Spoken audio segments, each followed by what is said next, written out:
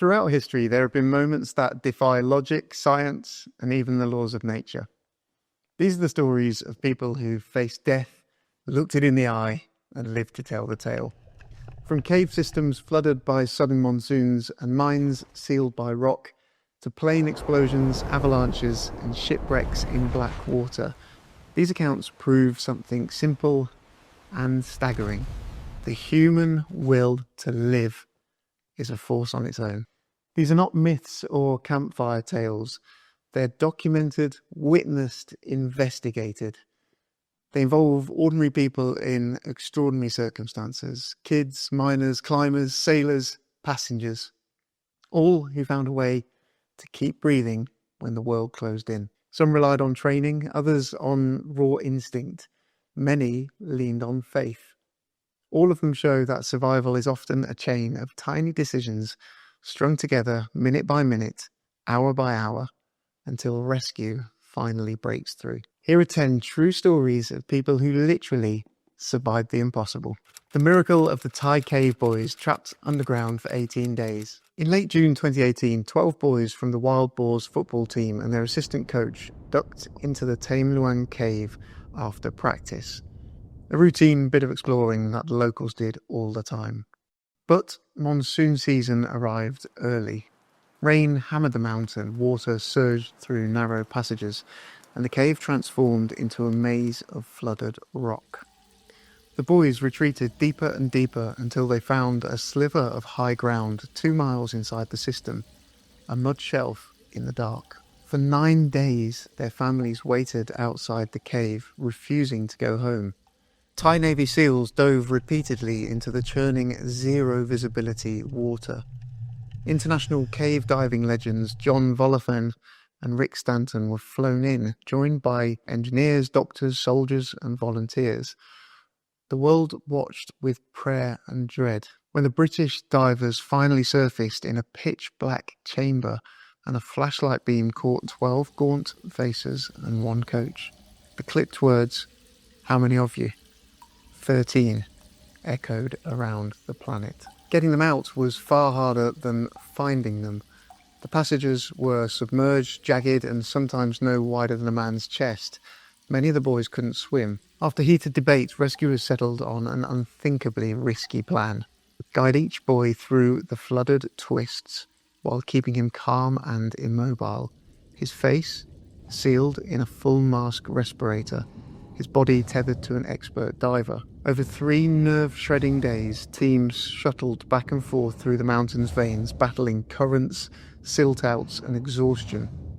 One Thai Navy SEAL, Saman Kunan, died placing air tanks along the route, a solemn reminder of the danger. On the final day, the last boy and the coach emerged to a roar of relief. They had endured hunger, darkness, and the crushing knowledge of how far underground they were, and they were alive. The rescue became a blueprint for international cooperation under impossible odds, a testament to sacrifice and meticulous planning. The miners of Copiapo, 33 men, 69 days. On August 5th, 2010, a thunderclap of rock sealed the San Jose copper gold mine in Chile, trapping 33 miners 2,300 feet below the Atacama Desert. For 17 days, the surface had no proof of life. Families pitched tents in a growing camp called Camp Hope, while engineers chased drill bits through unstable geology. The miners, meanwhile, rationed a handful of food, a spoon of tuna, a sip of milk, a bite of a cracker. They fended off panic by assigning roles, cleaning their refuge, praying together, and keeping a strict routine. When a drill finally punched through, the rescuers withdrew a note taped to the bit. Estamos bien en el refugio los 33. We are well in the shelter, the 33 of us. Joy erupted. Television trucks from around the world converged, but the physics of getting them out safely would take weeks. A new narrow shaft had to be bored straight to the refuge and reinforced so it wouldn't collapse on the way up. Inside, the men battled heat, humidity, and the slow grind of time. Doctors consulted via a fibre optic line, sending diet plans and mental health strategies, along with glucose gel and fresh clothes. Families and rescuers sent music and letters. The miners sent back jokes, schedules, and steadfast resolve. 69 days after the collapse, a custom rescue capsule, the Phoenix, began shuttling men to the surface one at a time. As each miner emerged, Chile cheered, the world wept, and the desert night rang with sirens and hymns. Every single one came home. Vesna Volovic, 33,000 feet, no parachute, one survivor. In January 1972, a Yugoslav Airlines jet shattered over Czechoslovakia after an onboard bomb detonated mid-flight. The aircraft came apart in the sky at roughly 33,000 feet. Amid the debris and freezing air, 22-year-old flight attendant Vesna Volovic was pinned by a service cart in the tail section. That chunk of fuselage tumbled into a snowy, forested hillside. The angle of impact, the cushioning effect of trees and snow, and sheer fortune meant one thing. Vesna was still alive. Rescuers found her with catastrophic injuries: fractured skull, broken legs, shattered vertebrae, internal bleeding. She slipped into a coma that lasted nearly a month. And yet, she recovered, relearned to walk, and returned to work for the airline in a ground role. Hello, welcome to the Her survival remains one of aviation's most perplexing outliers. The Guinness record credits her with the highest fall survived without a parachute, a brutal statistic masking a human miracle. Harrison Okine, 3 days in a sunken ship's air pocket. Early one morning in May 2013, a sudden swell flipped the Nigerian tugboat Jascon 4 upside down and drove it into the sea floor about 30 metres down. Inside the capsized hull, the world became a cold black labyrinth. Cook, Harrison Okine, who had been in the bathroom when the boat rolled, clawed his way through flooded passageways and found a bubble of air in a small compartment. There, he waited in darkness in 47 degrees Fahrenheit or 8 or 9 degrees centigrade water, with nothing but a half-submerged metal platform to get his torso out of the cold. As hours turned to days, oxygen levels fell and carbon dioxide rose. The hull creaked. Fish bumped against him. Harrison recited psalms and prayer. On the third day, a diver entered the wreck on what he believed was a body recovery mission. A human hand suddenly reached out of the darkness and grabbed him. The diver shouted.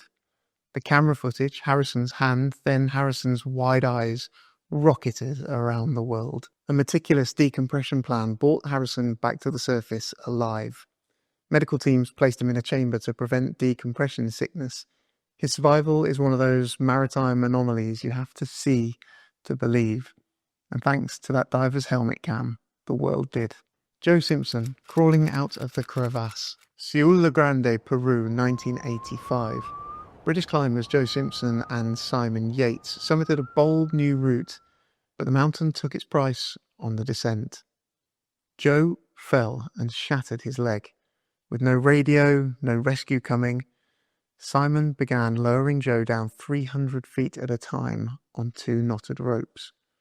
In a whiteout, the rope ran out while Joe was dangling over an unseen drop. Simon couldn't haul him up. The anchor was failing. Minutes from being pulled off the mountain, Simon made the horrible choice. He cut the rope. Joe plunged into a crevasse and lived. He landed on a snow bridge, crawled deeper into the cleft, and found a way out onto the glacier. For 3 days, he crawled and hopped, his leg a ruin, his mind sliding in and out of clarity.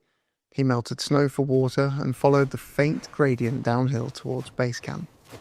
He arrived as a shadow of himself, just as Simon, believing his friend dead, was preparing to leave. Their story, told in Touching the Void, remains one of mountaineering's most searing meditations on endurance and impossible choices. Anna Baugerholm, 80 minutes without a pulse. A spring ski run near Narvik, Norway, 1999.